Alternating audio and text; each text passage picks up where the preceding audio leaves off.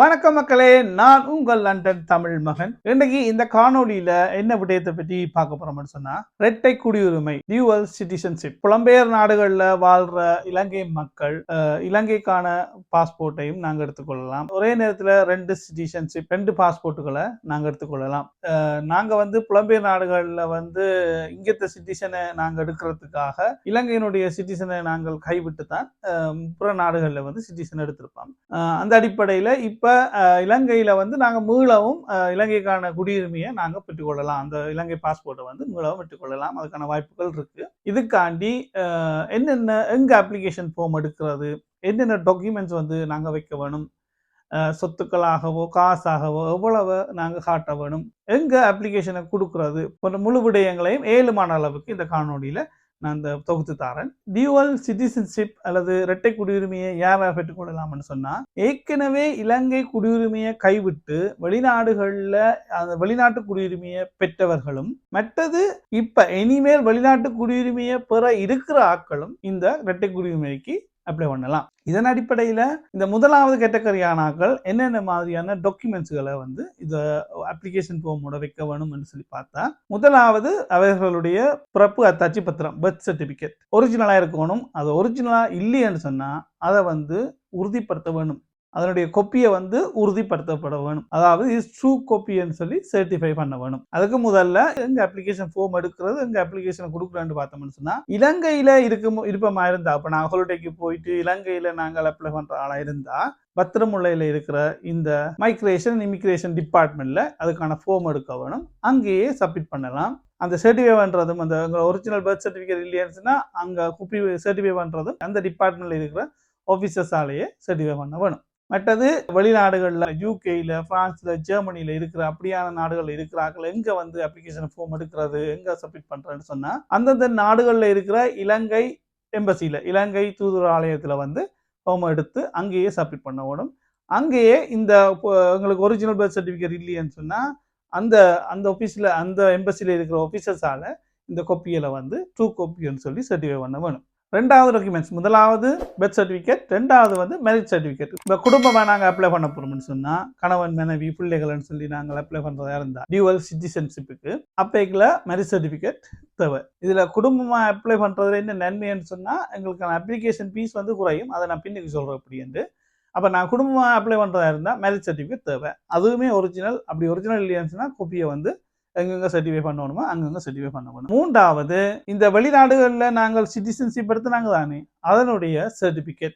யூகேயை பொறுத்த வகையில் நாங்கள் எங்களுக்கு நேஷனாலிட்டி நாங்கள் எடுக்கும் போது எங்களுக்கு ஒரு சர்டிஃபிகேட் தெரிவிக்கணும். கவுன்சிலில் போய் அந்த ஓத் எடுக்கும் போது எங்களுக்கு ஒரு சர்டிஃபிகேட் தெரிவிக்கணும். அதே மாதிரி இந்த யூரோப்பில் இருக்கிற நாடுகள், கனடாவில் இருக்கிற அங்கங்கே அந்த சிட்டிசன்ஷிப்புக்கான ஒரு சர்டிஃபிகேட் கொடுக்கணும்.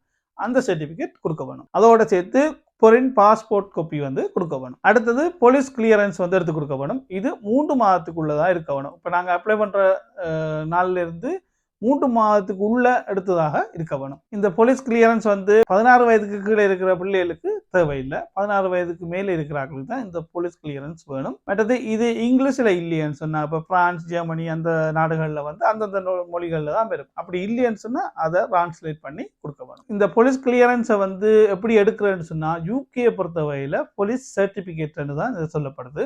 இதை கிரிமினல் ரெக்கார்ட் ஆஃபீஸ்ன்னு சொல்லி ஒன்று இருக்கு. அந்த வெப்சைட்டை நான் சைட்ல காட்டுறேன். அங்க போய் போலீஸ் சர்டிபிகேட்னு சொல்லி நாங்கள் அப்ளை பண்ணோம்னா எங்களுக்கு கிடைக்கும். இதுக்காக 65 பவுண்டுகளை நாங்கள் பே பண்ணோம்னா 20 ஒர்க்கிங் டேஸில் கிடைக்கும். 115 பவுண்ட் பே பண்ணோம்னு சொன்னால் 2 ஒர்க்கிங் டேஸில் இது கிடைக்கும். அடிஷனலாக எங்களுக்கு ஒரு கொப்பி வேணும்னு 7 பவுண்ட் 20 பென்ஸ் பே பண்ணோம்னா எங்களுக்கு கிடைக்கும்.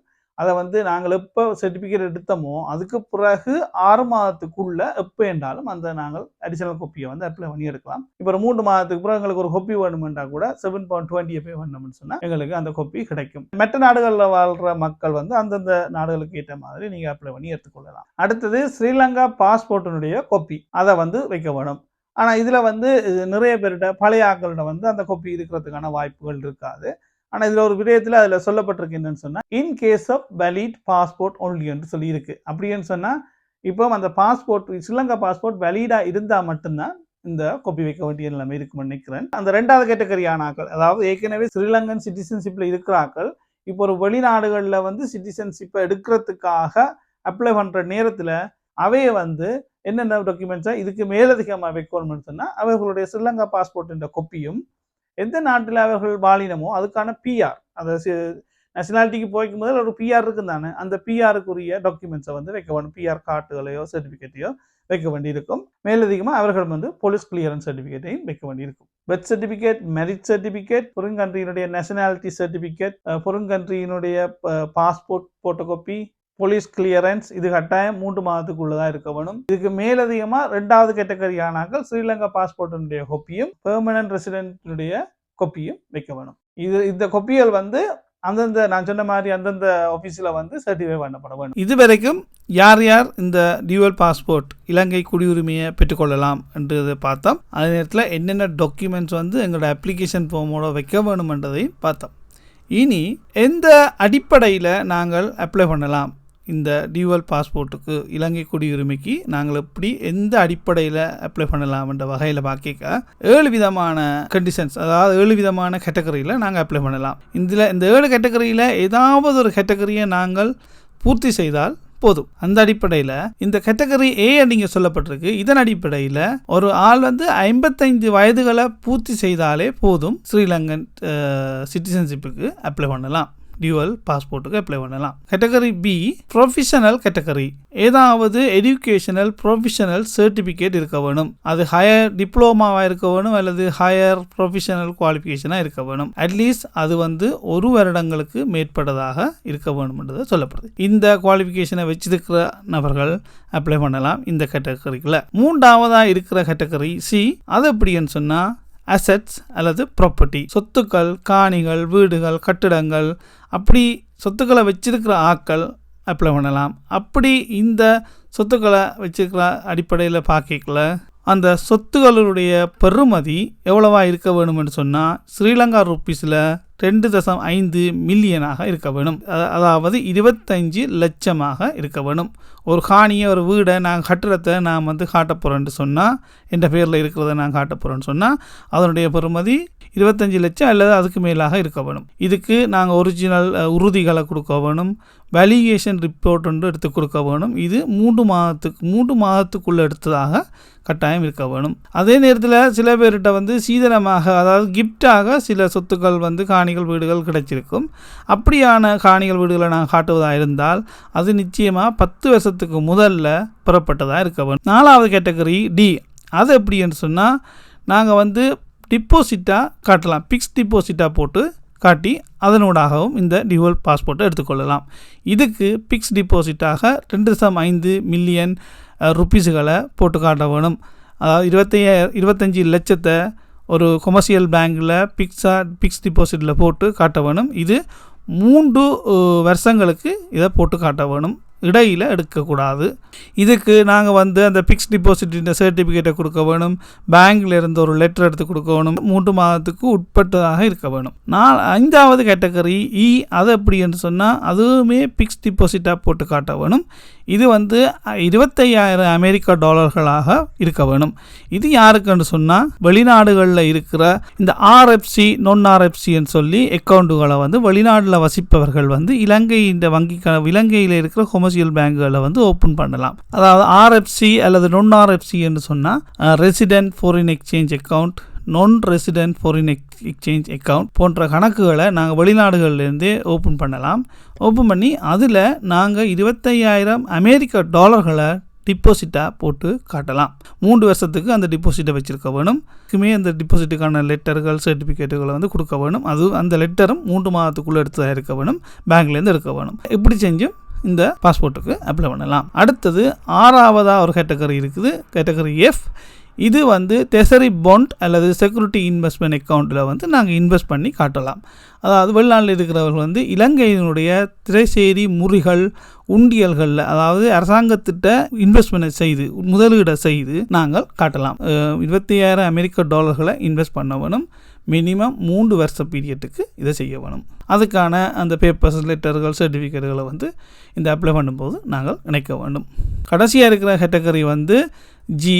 இது என்ன மாதிரின்னு சொன்னால் இது வந்து அந்த கணவனோ மனைவியோ அல்லது பிள்ளைகளோ பிரதானமான அப்ளிகண்ட்டோட சேர்ந்து அப்ளை பண்ணும்போது இதை அப்ளை பண்ணலாம்.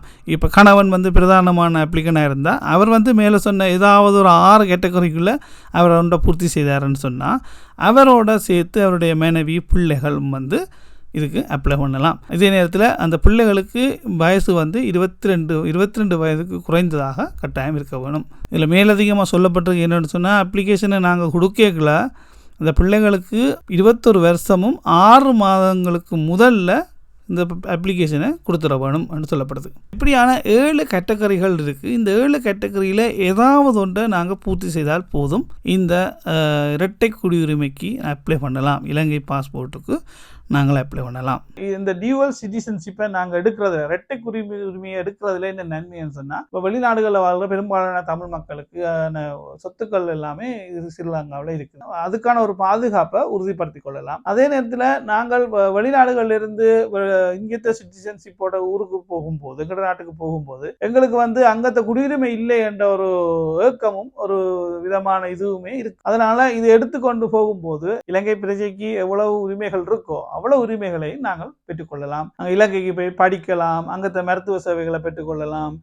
பொதுவாக பார்க்கல இப்போ வெளிநாடுகளில் வந்து இந்த பல் வைத்தியத்துக்கு வந்து நிறைய காசுகளை டாலர்களை வந்து நாங்கள் செலவழிக்க வேண்டியிருக்கும். ஆனால் இலங்கைக்கு போனோம்னு சொன்னால் இலவச மருத்துவங்களை கூட பெற்றுக்கொள்ளலாம், வியாபாரங்களை வந்து நடத்தி கொள்ளலாம். முழு விடயம் அதாவது இலங்கை பிரஜைக்கு எவ்வளவு உரிமைகள் இருக்கோ அவ்வளவு உரிமைகளும் இந்த டியூவல் சிட்டிசன்ஷிப்பை நாங்கள் எடுத்தோம்னு சொன்னால் எங்களுக்கு கிடைக்கும். அடுத்தது இந்த அப்ளிகேஷனுக்கு எவ்வளவு காசு பே பண்ணணும், அப்ளிகேஷன் ஃபீஸா எவ்வளவு பே பண்ணணும்னு சொல்லி பார்ப்போம். அதை பார்க்கறதுக்கு முதல்ல இந்த லண்டன் தமிழ் மகன் யூடியூப் சேனலுக்கு வந்து முதல்ல இந்த வீடியோவை நீங்கள் பார்த்துக்கொண்டு இருக்கிறீங்கன்னு சொன்னா ப்ளீஸ் சப்ஸ்கிரைப் பண்ணி அதை லைக் பண்ணி விடுங்க. அதே நேரத்தில் இந்த காணொலியை உங்களோட நண்பர்கள் உறவினர்களுக்கும் ஷேர் பண்ணி விட்டீங்கன்னு சொன்னா இந்த தகவல் வந்து அவர்களுக்கும் பிரயோசனமாக அமையும். நன்றி. இப்போ அந்த அப்ளிகேஷன் ஃபீஸா எவ்வளவு பே பண்ண வேணும்னு சொன்னா ஒரு சிங்கிளா ஒரு நபர் வந்து அப்ளை பண்றதா இருந்தா 2000 அமெரிக்க டாலர்களை கொடுக்க வேணும். குடும்பமா நாங்க அப்ளை பண்றதா இருந்தா பிரதானமான அப்ளிகன்ட் வந்து 2000 அமெரிக்க டாலர்களையும் அவர்களுடைய மனைவி பிள்ளைகள் வந்து அப்ளை பண்றதா இருந்தா 500 அமெரிக்க டாலர்களை வந்து அப்ளிகேஷன் ஃபீஸா கொடுக்க வேணும். அதை விட இந்த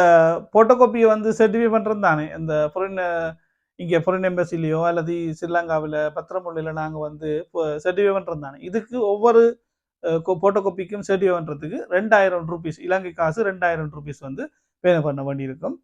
எந்தெந்த நாடுகள் வந்து இந்த இரட்டை குடியுரிமைக்கு அனுமதி வழங்கியிருக்குன்னு சொல்லி பார்ப்போம். நிறைய நாடுகள் இருக்கு, ஆனால் முக்கியமான நாடுகளை மட்டும் நான் இந்த இடத்துல குறிப்பிடுறேன். ஏன்னா எங்களோட தமிழர்கள் எங்க இந்த நாடுகளில் செறிந்து வாழ்கிறார்களோ அந்த நாடுகளை பார்ப்போம். முதலாவது Canada, America, Norway, UK, France, Germany, Switzerland, Sweden, Netherlands, Italy, Australia, New Zealand, Denmark, Cyprus, Pakistan, Sri Lanka இந்த நாடுகளில் இருக்கிறார்கள் வந்து இரட்டை குடியுரிமைகளை பெற்றுக்கொள்ளலாம். 2 பாஸ்போர்ட்டை வந்து வச்சுக்கொள்ளலாம். ஆனா இந்தியா வந்து இன்னும் அதுக்கான அனுமதியை கொடுக்கல. இப்ப 2 பாஸ்போர்ட் எடுத்துட்டோம். இப்ப எப்படி பயணிக்கிறதுன்னு சொல்லி பார்த்தோம்னு சொன்னா இப்ப யூகேல இருந்து நான் இலங்கைக்கு போறேன்னு சொன்னா யூகேல இருந்து வெளி கிடைக்க நான் வந்து இலங்கை பாஸ்போர்ட் யூஸ் பண்ணலாம் இலங்கைக்கு போறதுக்கு.